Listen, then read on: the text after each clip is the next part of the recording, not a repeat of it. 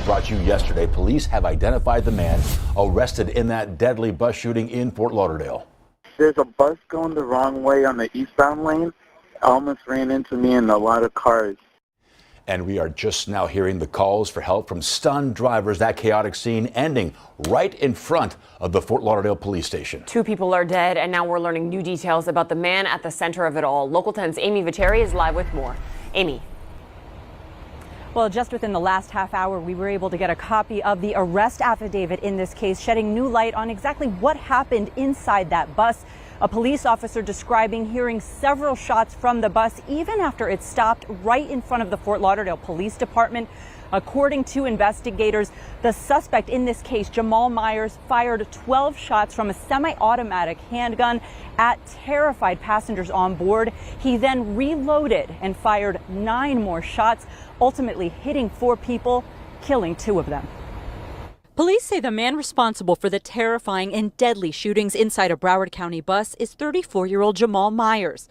Surveillance video from Thursday shows the bus barreling the wrong way down Broward Boulevard. The bus driver in this particular case, her quick actions, I am sure, saved lives. The bus driver crashing into a white Mercedes and a taxi before maneuvering into the Fort Lauderdale police parking lot. Cell phone video provided to Local 10 showing the immediate aftermath. Police appearing to point a gun at a man on the ground in front of the bus as terrified passengers quickly rush off. We had an officer on an unrelated call in front of the police station.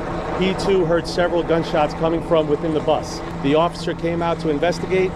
The suspect that was inside of the bus stepped out and surrendered to the officer. Police say Myers shot 4 people on that bus. 2 did not survive.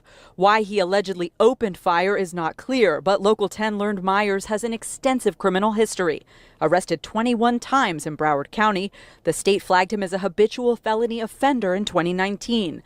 Yet he went on to be arrested several more times that year and was out on probation when this shooting happened. Certainly, it is disturbing that this individual was an habitual offender and was just released, had all of these priors, and was released into the community. Defense attorney Eric Schwartzreich has not represented Jamal Myers, but says several factors can influence how much time, if any, a defendant serves. It's very devastating, and sometimes, they say 3 strikes, you're out, but sometimes it's 6 or 7 strikes. It's not a perfect system.